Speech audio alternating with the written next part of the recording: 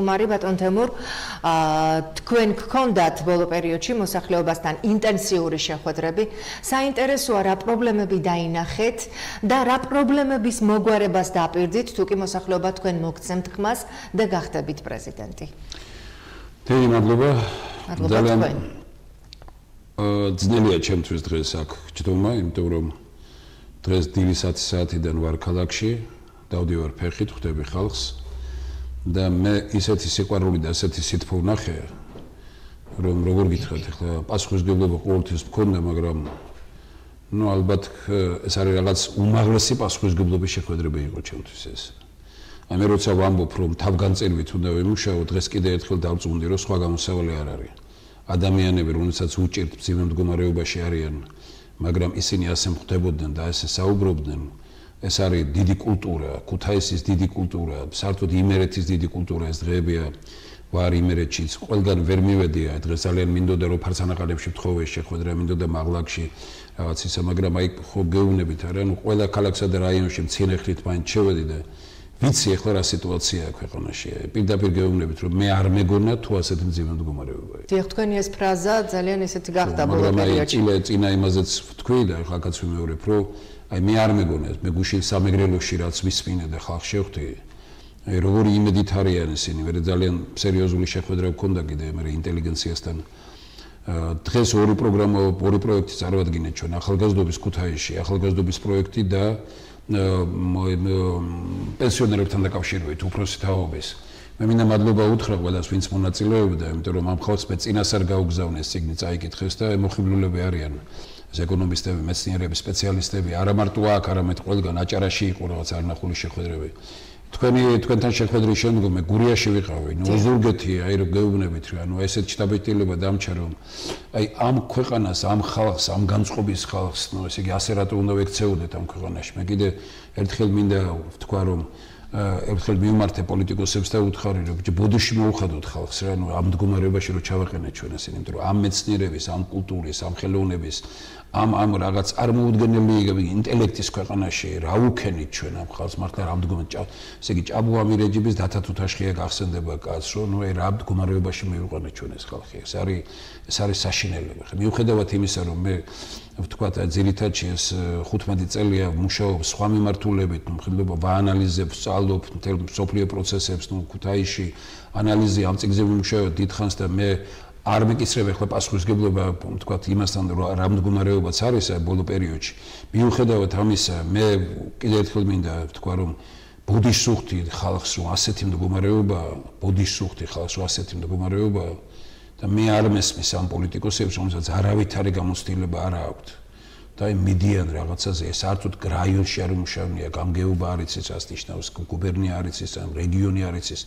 საქართველოს ხელისუფალი არ ყოფილა რომელიმე რეგიონის ხელმძღვანელი ჯერ.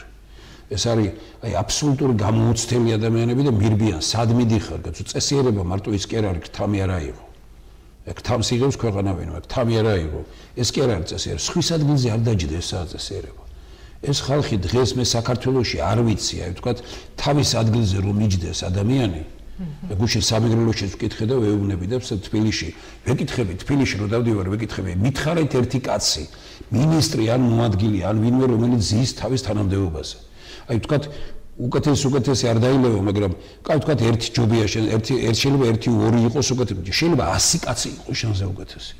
შეიძლება შენი ოჯახის წევრებს უპირდეს შენ თანამდებობაზე ხარ, შენი დეპუტატობა შეიძლება შენი ოჯახის წევრებს უპირდეს. სად მივედით, სადავართ, რა არის, რატო ეს მდგომარეობა, იცით რომ აი რაღაც დამამძიმებელი ეს და თავის ნათესავს იქეთ ვერ იყურებიან. მე ერთხელ ვთქვი რომ თუ ეს ახალგაზრდობაა თუ პარლამენტში ვინც არის დღეს ის ახალგაზრდობაა საქართველოს საქმე და აღუპულია ყველაფერი. ესე იგი თავის ნათესავი მეგობარი ახლობელი რაღაც წავიდა სადმე არავითარი გამოსვლილი მე ვხედავ ადრეც თქვი თქვენთან ეს და კიდევ ვიმეორებ რომ მე ვხედავ ახალგაზრდებს შევხვდია თუნდაც აი ახლა ბოლო შეხვედრებიდან მოვდივარ დაახლოებით აი ერთი 100-მდე ახალგაზრდებს შევხვდი სხვადასხვა ადგილზე. ესე იგი საოცრად აზროვნებენ, საოცრად ხედავს ხალხი რაღაც ესე აქვს. აი გლეხმა ამისინ გითხარით რომ გლეხმა გითხრა კახეთში რომ ჩვენ ნამუსი არა გაქვთ თუ სამლარად რო კიდიან ეს გადამყიდველები თბილისში ამ პროდუქციას ერთლარად შეიძლება თბილისი მან შეიწყალეთო დღეს ადამიანმა ეგერ მაჩვენა რომ 1 კილოგრამი 50 თეთრად ყიდის ისეთ ჯანსაღ, ისეთ კარგ სოფლის პროდუქტს, რომელსაც თბილისში 7 რვალარია.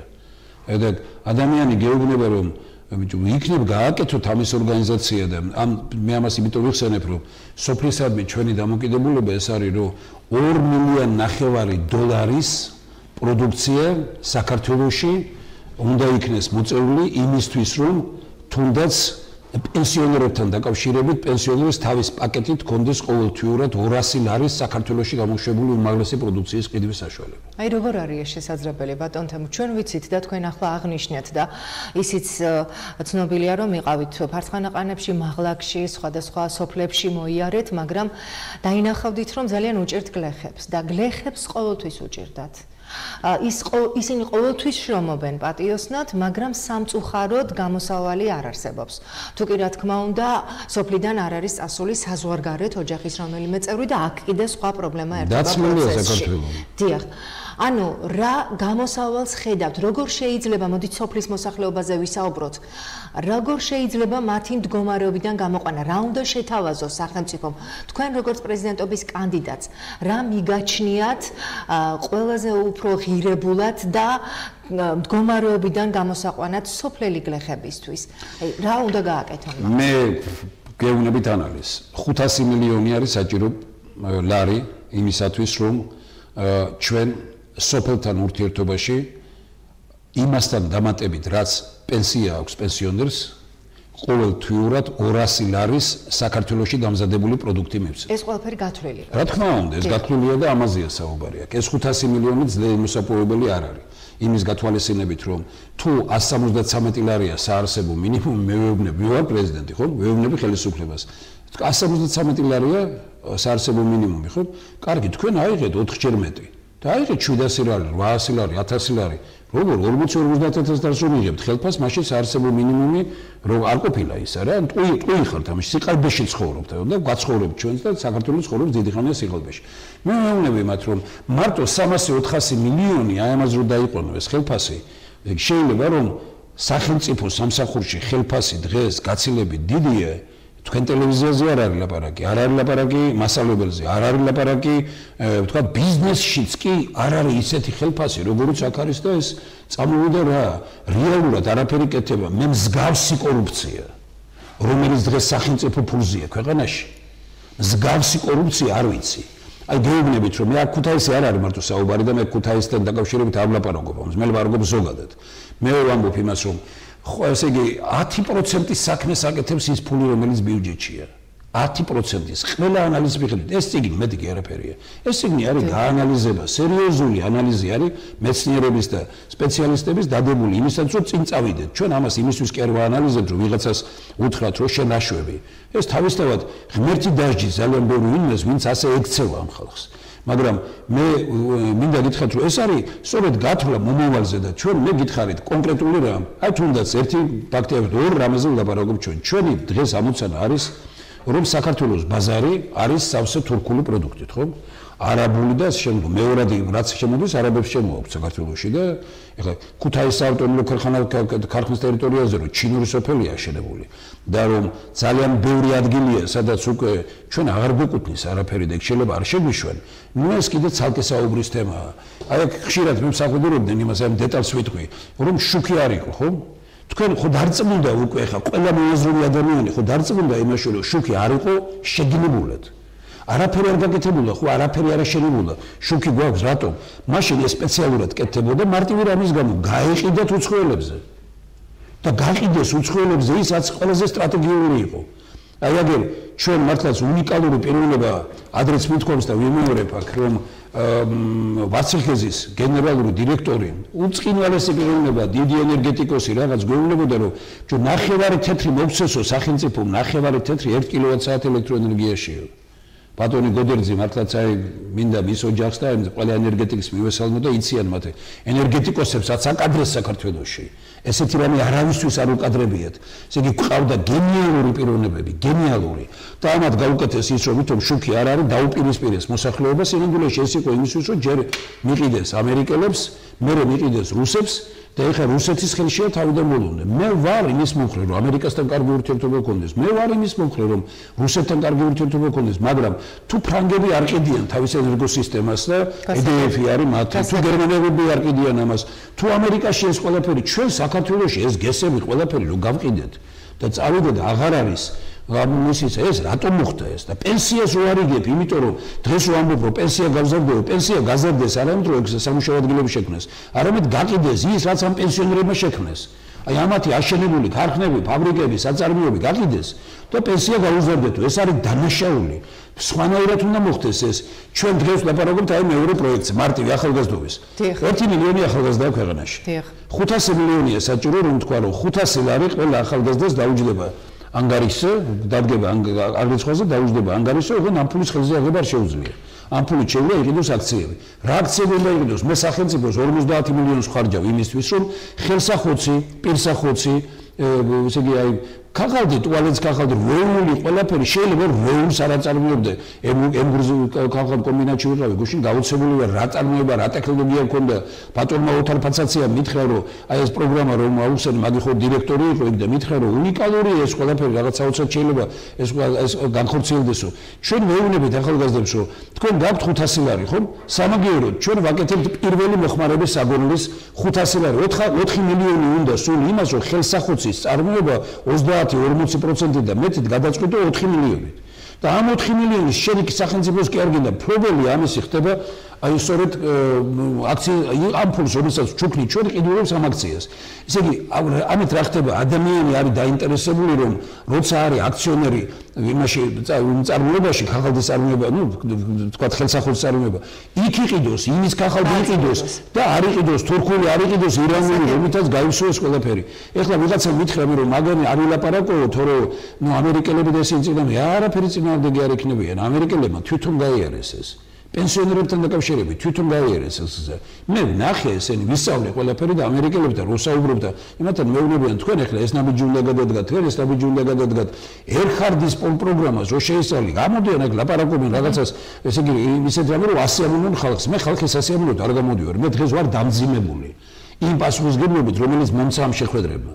ადამიანები მეხვეობდნენ ძალიან კარგ რამეს მეუბნებოდნენ, მაგრამ კიდევ ერთხელ ვიმეორებ, რომ მე რო ვიქნები პრეზიდენტი, მე ყველა იმ წინადადების პატრონი უნდა იყო, რაც აქ წერია და ყველა ის მოსაზრე, როგორ შეიძლება ქართველი სტუდენტი გერმანიაში და უცხოეთში სწავლობს უფასოდ, ქუთაისში თქვენ იცით, რომ იმ პერიოდში, მძიმე პერიოდში ვაფინანსებდით ჩვენ $500 შესაბამისი კუპონით 95 და 96 წლებში. დღეს როგორ შეიძლება სტუდენტების 30-40% მაშინ ვერ მიდის, სწავლება მოისპო ქვეყანაში, რეალურად განათლების სისტემას უდიდესი დარტყმა, კულტურის სისტემას უდიდესი დარტყმა. დღეს მეუბნებოდნენ ადამიანები თეატრის წარმომადგენლებს ქუჩაში აი ესეთი იმის დროს ხდებოდა მეუბნებოდნენ ხანდახან დღიარი 15-20 კაცი არზის თეატრში წარმოგიდგენიათ მესხიშვილის თეატრი. მეკუბეოს ქონდა ადგილი ნაყიდი როდის და მუდმივად ქონდა ადგილი აღებული. იქ იკრებებოდნენ გენიალური მსახიობები იყვნენ და არიან ჩვენს თეატრში დღეს. გენიალურია ეს ინტელიგენცია, რომელიც ჯერ კიდევ შემორჩა საქართველოს ქუთაის იმერეთს. ესე იგი ნაცვლად იმისა, რომ წავიდეთ წინ, უგულებელყოფილია, იგნორირებულია, რაღაც საოცარ დროში ჩააყენეს. absolut მესმის თქვენი გულისკივილი, მაგრამ აი ტელემაყურებლებსაც ბუნებრივი აინტერესებს თქვენ გამოსავლის შესახებაც საუბრობთ და პარალელურად ვისაუბროთ კიდევ უფრო მეტი. აუცილებლად მინდა გკითხოთ პირველი სტუმრის შეკითხვა იყო ერთ-ერთი ეს მე დაუსვი შეკითხვა პრობლემა რომელიც მოსახლეობას ძალიან აწუხებს ეს არის ბანკებთან ურთიერთობა და ჩვენ გვახსოვს არაერთი ადამიანი რომელიც გამოუშვეს გამოაგდეს თავიანთი სახლებიდან იმიტომ რომ ვერ გადაიხადეს გადასახადი 1 ნოემბრიდან როგორც ვიცით რთულდება საბანკო ოპერაციები და რთულდება ბანკიდან თანხის გამოტანა. როგორ ხედავთ ყოველივე ამას თქვენ? ეს არის გამოსავალი თუ არა? რთულდება თუ ადამიანს არ აქვს მაღალი ანაზღაურება, მას ვერანაირად ვერ მისცემენ დიდ თანხას და არ არის ეს კოლოსალური თანხა. ბიძინა ივანიშვილი დაპირდა, ასე იგი რომ იაფი ფული იქნებაო, ხო? არ გააკეთა რა. არ გააკეთა კი არა, ბანკირის ფსიქოლოგიით იმართება საქართველო. მე ბანკირების წინააღმდეგ კი არა ვარ. ბანკები არაფერ შვაში არ არის იმასთან დაკავშირებით რაც ხდება ახლა. მე არ მინდა ვინმეს ვასიამოვნო. მე ვამბობ, სახელმწიფოა პასუხისმგებელი. აი იგივე ბანკები მე რო პრეზიდენტი ვიქნები სხვანაირად იმუშავებენ. როგორ ბატონო აი მე გეუბნები კანონი არ არის ისეთი მიღებული რომ ბანკებს დღეს აყენებენ უმძიმეს მდგომარეობაში. და ბანკებთან წილში რო შედიხარ, ბანკებს რო 1000 რაღაც უბედურებები მოთხოვეს, ბანკებს რო ისეთ ფულებს აფინანსებ, ბანკებს როგორ შეიძლება ბანკებისთვის მიეცათ უფლება კანონით, რომაც სამეწარმეო საქმიანობის უფლება მიეცათ. ძირითადად ბანკი ფული მისია და აი მაგალითად სამშობლო ორგანიზაციებია, თავის სამშობლო ორგანიზაცია შექმნა, იმას აძლევს მეორე მოკლა. ეს ისეთი კანონი უნდა მიიღო, ისეთი, რომლის მიხედვითაც ბანკები ან ჩაჯდებიან იმ კანონში, ან დაამთავრებენ მუშაობას. აი მე ვამბობ ერთ იმას, რომ რატო იყო ძლიერი, ანუ ვთქვათ, ამერიკის პირველი პრეზიდენტები, რომლებიც მათ რას ამბობდნენ, ორი მტერი მყავსო, ერთი ოპოზიცია, მტერს არ ეძახდა ეს, მაგრამ ორი მოწინავე, ერთი ოპოზიცია, მაგრამ ის არაფერი არ არის, ამასთან შეიძლება ვილაპარაკო, ბანკი მარტყავს ზურგშიო. და მიიღო კანონები, დაარღვია თქვა, მე ბანკებთან არ მიბრძვიო, მე კანონებს მივიღებ, ისეც რომ დავაყენებ ყველაფერი. ამერიკაში დღეს 1%-იანი სესხი შეგვიძლია მიიღო 1 მილიონი, 2 მილიონი და არ ჭირდება ბევრი პროცედურის გავლა ისეთი, რომელიც საქართველოშია. რატო? იმიტომ რომ კანონი აძლევს ამის საშუალებას. მე გეუბნებით რომ მევახშეობა საქართველოში იცით რატო? მევახშეობა არის იმის გამო რომ დღეს რომ გააკეთოთ ბატონი ბიძინა ივანიშვილის ბანკიდან ვისაც აქვს ფული გატანილი, ესენი არიან ვინც მიეხმარებიან დეპუტატები რაღაც დააშენონ. გამოიტანა 200-300 ლარი და უკვე აბანდებს 150 ლარს აპროცენტებს. და რეალურად წავიდა უკვე არ აწყობთ იმათ კარგი ბანკები, იმათ აწყობთ ცუდი ბანკები. დღეს იმის გამო რომ მივიდნენ ამ მევახშეებთან. ანუ ყველა გახდა რაღაცით დაკავშირებული ამასთან. წესიერი კაცი უნდა მივიდეს, წესიერი კაცი. ეს სახლები რო ააშენეს, იმ ადამიანებზე ნდობა შეიძლება? რა მნიშვნელობა აქვს ამას? ის რა კანონს მიიღებს? ეხლა ის მომაწესრიგებელ კანონს მიიღებს? რა თქმა უნდა არ მიიღებს. ეხლა წარმოიდგინეთ თქვენ რომ კაცი ამბობს რომ მე ეხლა არ ამიშენებია სახლი, 10 წლის წინ როგორ ააშენებთ? ჩემზე დიდი ხელფასი არავის არ ქონდა, ჩემზე დიდი ისინი, მე მამაპაპის სევრის სახლი მენგრევა თავზე და არაფერი არ გამოჩნია. მე რომ მინდოდა ესწავლა ხალხს კარგად ერთი სახლი, რომელიც აი მინოშვილის ქუჩის დასაწყისში ჟურნალისტი ცხოვრობს, მე მგონი დღეს იქ არჩილ კოსტოვა რო არ წასულიყო და ქუთაისში რო ყოფილიყო, მას ვაჩუქე. მე რომ მიიღეს, მეორე ბატონ მაგალითოდუას, რატო გავაკეთე ეს? იმიტომ რომ მე სტუდენტი მინდა კარგად სწავლობდეს. მე მინდა რომ განახლება იყოს პირველ ნომერი. მე მინდა რომ მასწავლებელს 1 ლარით მეტი ხელფასი ჰქონდეს, ვიდრე ქალაქის მერს აქვს. ვინ არის ქალაქის მერი? მე ვიქნები თუ სხვა იქნება, რა მნიშვნელობა აქვს? ქალაქის მერი არის მსახური მასწავლებლის, სკოლის, განათლების, კულტურის. თეატრში ხალხი რო არ გადის, ეს იმის ბრალი კი არ არის, თეატრის ბრალი კი არ არის. უნიკალური ნახე ჩვენი თეატრის სპექტაკლები თბილისში, გადასარევი სპექტაკლები აქვს და ძალიან კარგი მსახიობები ყავს, მაგრამ როცა ჩვენ ვაკეთებდით იმას, რომ საჯარო იმაში რა ქვია თოჯინების თეატრში 3-4 სპექტაკლი იმართებოდა და მე ვაფინანსებდი, ყველა ბავშვი უნდა მისულიყო, უნდა ინახა სპექტაკლი, რატო მუზეუმში ყველა რატო უნდა მისულიყო, თეატრში უნდა მისულიყო. ეს იმის გამო რომ იზრდება სხვანაირად, ის რომ მივიდა იმ თოჯინების თეატრში და ის მე უკვე გადადის იქეთ. მე მამაჩემმა რომ მივიყვანა 6 წლის ვიყავი მესხიშვილის თეატრში და რომ ნახე მაშინ იპოლიტე ხვიჩია, რომ იყო იქ პატარა 6 წლის ვიყავი და იმის მერე მე არ მომცილები ვარ თეატრს. ერთხელ უნდა მიიყვანო ბავშვი თეატრში, მაგრამ შეუქმნი ეს პირობა და გააკეთე ეს ჩვენ გვჭირდება ურთიერთობების გათბობა. არ შეიძლება, აი გახსოვთ თქვენ რომ აი სამეთაობა ბებიადაშვილიშვილი, ბაბუადაშვილიშვილი თეატრში შაბათს რო იყო, როგორ გათბა საზოგადოება, ვთქვათ იქ ბუტერბროდს ვაძლევდით, პირველ მეოთხე კლასში რაღაც კვების პროდუქტს რო ვაძლევდით, სტიპენდიას რო ვაძლევდით, მოსწავლეს სტიპენდიას უნდა მიცეს სტუდენტი უნდა ფიქრობდეს იმას, რომ სწავლას აქვს ფასი. დღეს გაუფასურდა ყველაფერი, აბსოლუტურად ყველაფერმა ფასი დაკარგა და ეს რატომ მოხდა? იმის გამო რომ პოლიტიკური მაფია აზის ქვეყანას თავზე. და ოლიგარქები რომელმაც ფული გაუგებრათ უშავეს გარეთ, ესენი შეერტენ ამ პოლიტიკოსებთან და მე კიდევ არ მინდა რომ პოლიტიკოსი მქვიოდეს.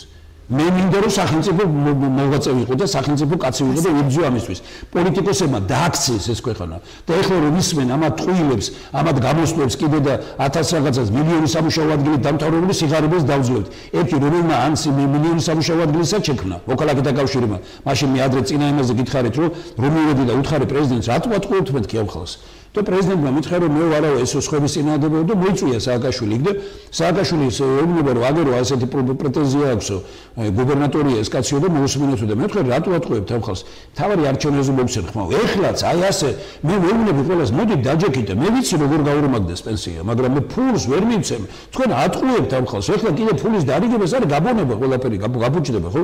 მე პირიქით ვამბობ ფულს ვამაგრებ მე იმით რომ პროდუქციას ხვნი და ადამიანს ვეუბნები რომ აი 200 რა არის პროდუქცია შეიძლება იყიდო გახსოვთ თქვენ ფქვილი ეწყოთ იმაში მოქალაქეთა კავშირი იყო მაშინ ფქვილი ეწყოთ არ არიგებდნენ და პენსიას ვერ არიგებდნენ მე მაშინ უთხარი წავედი და დავწერე და ავიღე პასუხისმგებლობა ბატონი ოტიესელიანი ისინი კომისიებს ჩაუდგნენ 20 ლარად 50 კილოგრამი ფქვილი შევიდა უამრავ ოჯახში და მადლობის წერილებს ვიღებდი პენსიონერებისაგან რომ შვილი მიხარია რომ ჩემ ფქვილს ჭამენო ოჯახი ჭამს გათფა ოჯახი ხომ დღეს 20 ლარად ვერ იყიდი 50 კილოგრამ ფქვილის მაგრამ სიტუაცია ხო შეიძლება შეცვალო ის ამას უნდა გული ამას უნდა გამოცდილება ამას უნდა პროფესიონალი მე გავიარე ამას უნდა რეგიონის მცოდნე კაცი საქართველოს ხელისუფლებაში რეგიონის მცოდნე კაცი არ არის რომ გითხრათ ახლა აი სოფელზე ხო ლაპარაკობდი ვერ გავაგებინებ ამ პროგრამას მე დღევანდელ იმას ხელმძღვანელებს რატომ 6 კაცია მინისტრი და მოადგილე და არც ერთი არ არის სოფლის სპეციალისტი გესმით თქვენ რა ხდება ქვეყანაში ეს როგორ უნდა აკადროს საქართველოს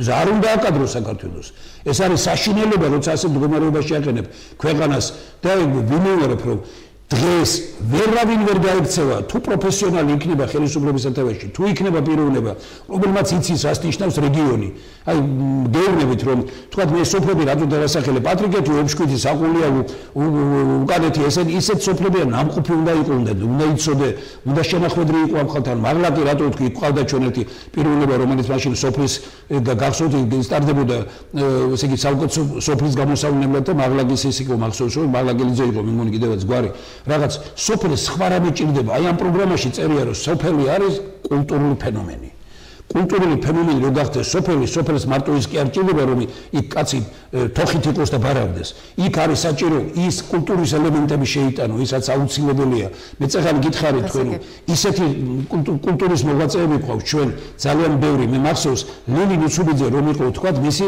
სალონი რო გაიხსნა პირველ სკოლაში და ასე დღეს 400-500 ისეთი პიროვნებაა ქვეყანაში და იმერეთში აგერ ქუთაისში რომ აი ამ ადამიანებს შეუძლიათ სასწაული გააკეთონ იმ სოფელში მიეცი პატარა ხელფასი წავიდა მსახიობობიდან თქვა ამ კიდე არა აქვს დიდი დატვირთვა თუ არა მიეცი პატარა ხელფასი და უთხარი რომ იარე სოფელში ჩადი სოფელში შევხვდი ხალხს ელაპარაკე მარტო მეტი არაფერი შეიცვლება სიტუაცია ამას უნდა მცოდნე გამოსული კაცი გასაგებია ბატონ თემურ დასაქმების პრობლემა რომ არის ზოგადად მთელს ქვეყანაში ეს არ ახალია და სოციალური ფონით საკმაოდ დაბალია ეს ჩვენთვის ცნობილია საინტერესოა თქვენ ძალიან ბევრ რამეზე ისაუბრეთ შეეხეთ მაგრამ ზოგადად ქუთაისში ხართ ახლა თქვენ და მე ყოველთვის ვიცი სტუმრისთვის კითხვა ქუთაისში ხართ როგორ წარმოგიდგენიათ ქუთაისის ეკონომიკური განვითარება აქვე მინდა პარლამენტის თემასაც შევეხოთ და ქუთაისის ფუნქციას შევეხოთ ზოგადად აი როდესაც მერის არჩევნები იყო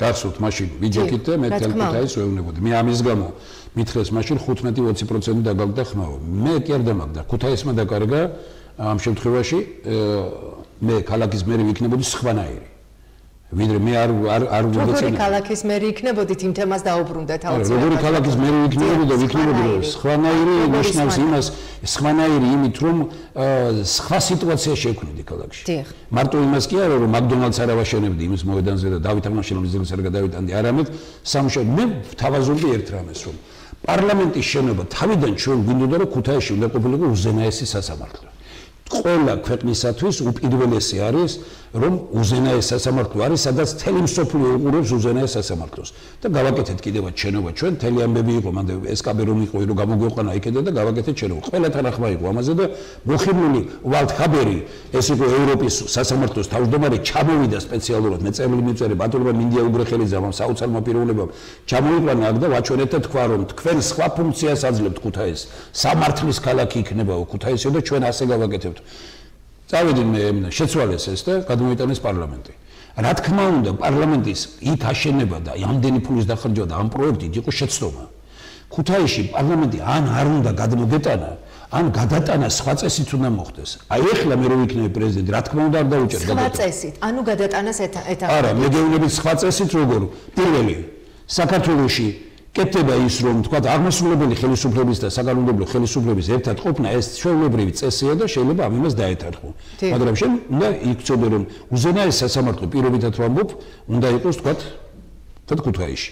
მაგრამ თავარი ეგ არ არის. ტექნიკური უნივერსიტეტი უნდა გადმოვიდეს სრულად ქუთაისში. და 500 მილიონი ხო მეუბნებით თქვენ საწარმოზე.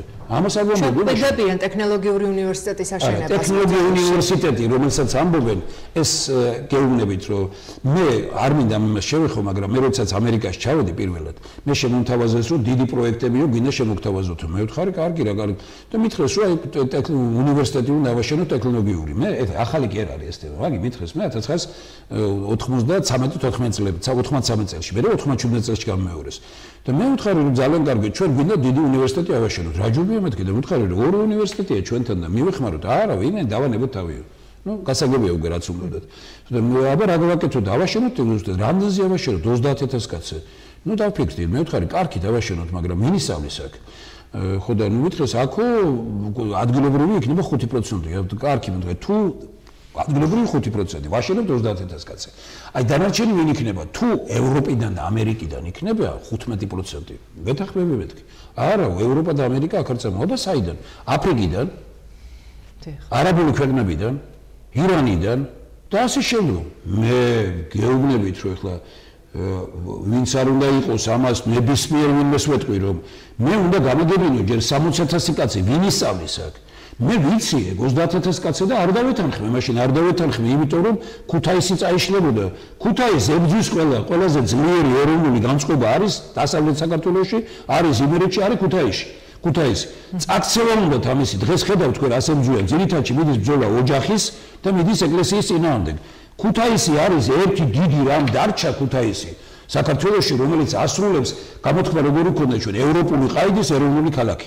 ეს არის ევროპა, ეს ჯერ პლატონი და ისინი ამბობდნენ, რომ სოფლიო დიდზე დიდი და რამ არის, მაგრამ ჩვენ მის უმცირეს ნაწილში ვცხოვრობთ, ფაზისიდან ჰერაკლეს სვეტებამდე. ფაზისი მდინარე რიონია და ჰერაკლეს სვეტები გიბრალტარის სრუტე. ამას კვირდა ევროპა. ჩვენ ევროპაში ვცხოვრობდით. მე რას მეუბნებიან, ევროპისკენ მოვიარე. მე ევროპაში ვცხოვრობდი. ევროპა მე ვიყავი.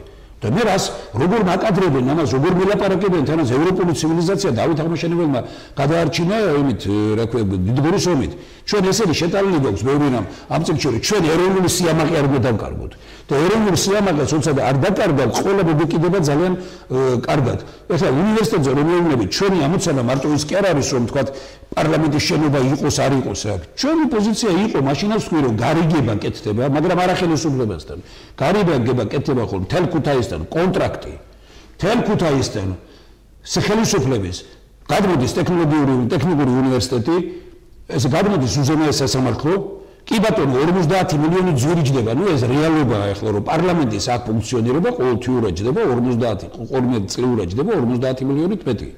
მე ვამბობ, რომ 500 მილიონი დადეთ ბანკში, რომელიც იქნება ქუთაისში ბიზნესის განვითარებისათვის. ჩვენ უმუშევარ კაცს ვერ ვნახავთ აქ.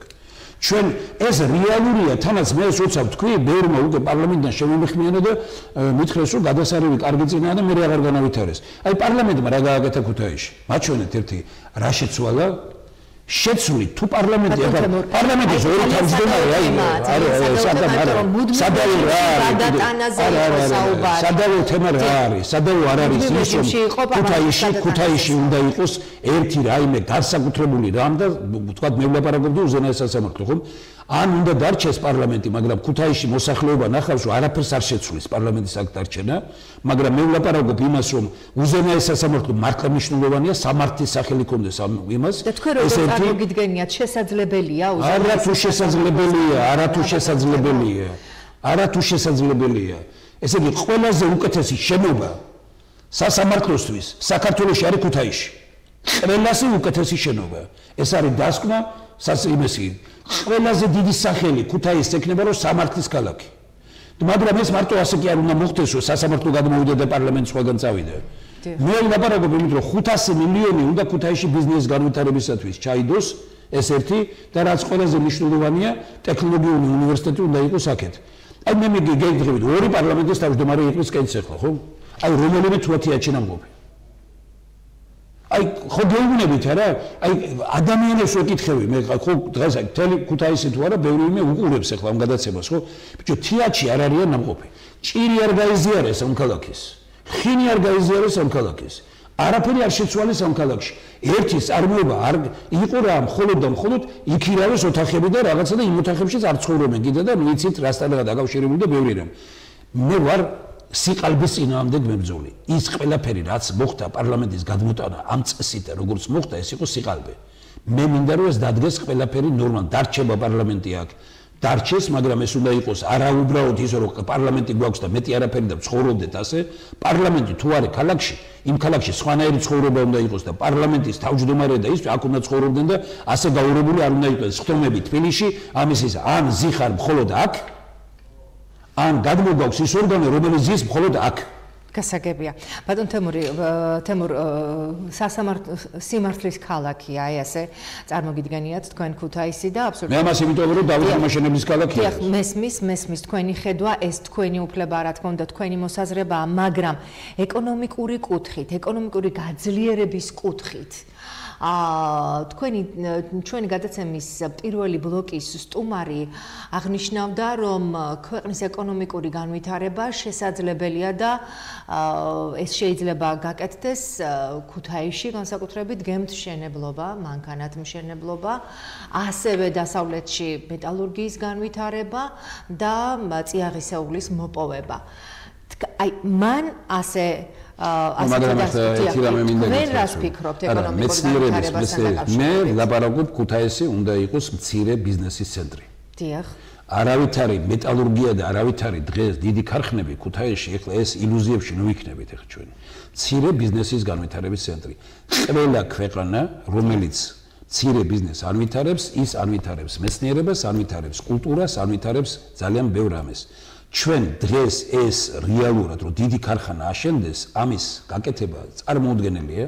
ეხლა წიაღისეული კიდე მით უფრო გემთმშენებლობის ისა, ნუ ეს ეხლა გემთმშენებლობა თუ არის ბათუმში და სხვაგან უნდა იყოს, ეხლა მე არ მინდა რომ ამიმგე შევეხო და მით უფრო ჩვენი კოლეგა აქ რო იჯდეს და ველაპარაკებოდი და ვეთქვი ხე 200-მდე მეცნიერია და ქუთაისის განვითარების კუთხით ქუთაისის არის კვების მრეწველობის საკითხები, მსუბუქი მრეწველობის საკითხები, ჩვენ აბრეშუმი გვაქვს გვერდზე აგერ, აბრეშუმის ის არის ხონსა და ამის იმაში საოცარი ისინი იყო აბრეშუმთან დაკავშირებით, ჩვენ უნდა ვიყოთ დღეს მზად იმისთვის რომ რაც ყველაზე კარგია ამ რეგიონში და აი თუ გვინდა რომ აი მე რასაც ვამბობ 2 მილიარდ ნახევარი რომ მე გითხარი და კვების მრეწველობის კუთხით ესე იგი ყველა საწარმო ძირითადში თავმოყრილი იქნება ძირითად საწარმოები იმერეთში ქუთაისში იქნება თავმოყრილი ქუთაისი ასე იყო ეს განვითარებული საკონსერვო ქარხანა საკონდიტროები ყველაფერი და იცით რომ დიდი იუბილეები რომ ტარდებოდა იმაში აქედან აგზავნიდნენ ტორტს და შოკოლადი აქედან მიდიოდა. ნუ როგორ ეხლა თუ ასეთ სპეციალისტები ყავდა, სწორედ იმას უნდა განვითარება, რისი ტრადიციაც გააჩნია ქუთაისს. ქუთაისს ამ კუთხით საოცარი რამ აქვს. მე ვამბობ, მცირე ბიზნესი არ ნიშნავს 2 კაცს, 3 კაცს და მცირე ბიზნესი არის 100 კაციც, 40 კაციც და რაღაც რაოდენობით განსაზღვრავია, როგორ განსაზღვრავს ამას, თქვა კანონმდებლობა. მცირე ბიზნესის განვითარების ცენტრად ქუთაისის გადაქცევა რეალურია. მე ვიცნობ საქართველოს გარეთ 708 კაცს რომელსაც დიდი შესაძლებლობები აქვს ძალიან მე ამას ადრეც ვამბობდი და ვამბობდი რომ გარკვეულ ინვესტიციებს ვასახელებდი რომ ამდენი მილიონი შემოვიდოდა პირველ წელს მეორე წელს რაღაც დაასრულო ეხლაც ვადასტურებ ამას მე ვამბობ რომ საქართველოში ვიდრე ერთი კაცი განაგებს ყველაფერს ვიდრე ერთი კაცის გემოვნებით იმართება ყველაფერი ვიდრე ერთი კაცის და ვინ არის და ბატონი ბიძინა ივანიშვილი დღეს არის მოხრუჭი ქვეყნის განვითარების როგორც პოლიტიკოსი ბატონი ბიძინა ივანიშვილი წასული პოლიტიკოსიდან გადასული ბიზნესში აი ეს უნდა გააკეთოს ძლიერმა პოლიტიკოსმა ესენი ვერ გააკეთებენ ვერცერთი მე უთხარი ძალიან ბევრს კი მაგრამ როცა მილიონებს გირიცხავდათ მაგარი იღავით მე მაგანი მომასწრებდნენ ბიძინა ივანიშვილიდან არასწორად ხარჯავდა ფულს 600 მილიონი დახარჯა იმაში რა ქვია საჩხერეში 600 მილიონი მე მას ვეუბნებოდი რომ დახარჯა ისე რომ სამუშაო ადგილები შექმნით ფულს ხარჯავს და სამუშაო ადგილს არ ქმნის სამუშაო ადგილის შექმნა მთავარი მე ისეთ შტაბილობა მჩება რომ მაგათ ფუნქცია არა აქვს რომ საქართველოს აღვდეს მაგათ აქვს ფუნქცია რომ გვატყუონ დამთავრდეს სიყალბე ბიძინა ივანიშვილი პოლიტიკაში ანგრევს საკუთარ თავსაც და ანგრევს საქართველოსაც ბიძინა ივანიშვილი უნდა წავიდეს ჰაერივით საჭიროა ბიზნესში აკეთოს ის საქმე რაც ქონდა მას ეს არის ძალიან კარგი ის კადრებში არ უნდა ერეოდეს შეიძლება რომ რომელი ერთი კადრი მითხარით რომელიც დანიშნა და კარგია პრეზიდენტი მაგერ გიხვეწებოდა აი მას ახლა რატო უნდა ვინდო მე დღეს რომ კარგ პრეზიდენტს შემომთავაზებს ეხლა რომელსაც ადრე მეუბნებოდა იმ პრეზიდენტს რომ მარგველაშვილს თუ არ აირჩიეთ ამას ვიზამ მე გამოვიდა 2 თვის მერე მარგველაშვილი ცუდიაო ქალაქის მერე აირჩია თბილისში და გადასარევი და მეუბნებოდა ამას თუ არ აირჩევ თბილისელები 2-3 თვის მერე თქვა რომ თბილისის მერე არ ვარგა ერთი პრემიერ-მინისტრი მეორე პრემიერ-მინისტრი ორივენი ნუ პრაქტიკულად სად არის გითხარით ამის წინ რომ ესე იგი უზბეკეთის პრეზიდენტის თანაშემწეა ჩვენი წინა პრემიერ-მინისტრი არ არის შეურაცხყოფა ყველაფრის. აი რატო აკნინებ ასე ადამიანებს და ასე თითის გაკრო გამოყრით თემურ შაშიაშვილი იქნება პრეზიდენტი, ბატონი ბიზნაევაშვილის წინააღმდეგ არ იქნება ბრძოლა. ბატონი ბიზნაევაშვილი დაჯდება თავის ადგილზე და ქვეყანას თავზე მე ვერ დავიჯერ ვერავის, მე ვერ ვიქნები ვერავის მორჩილი.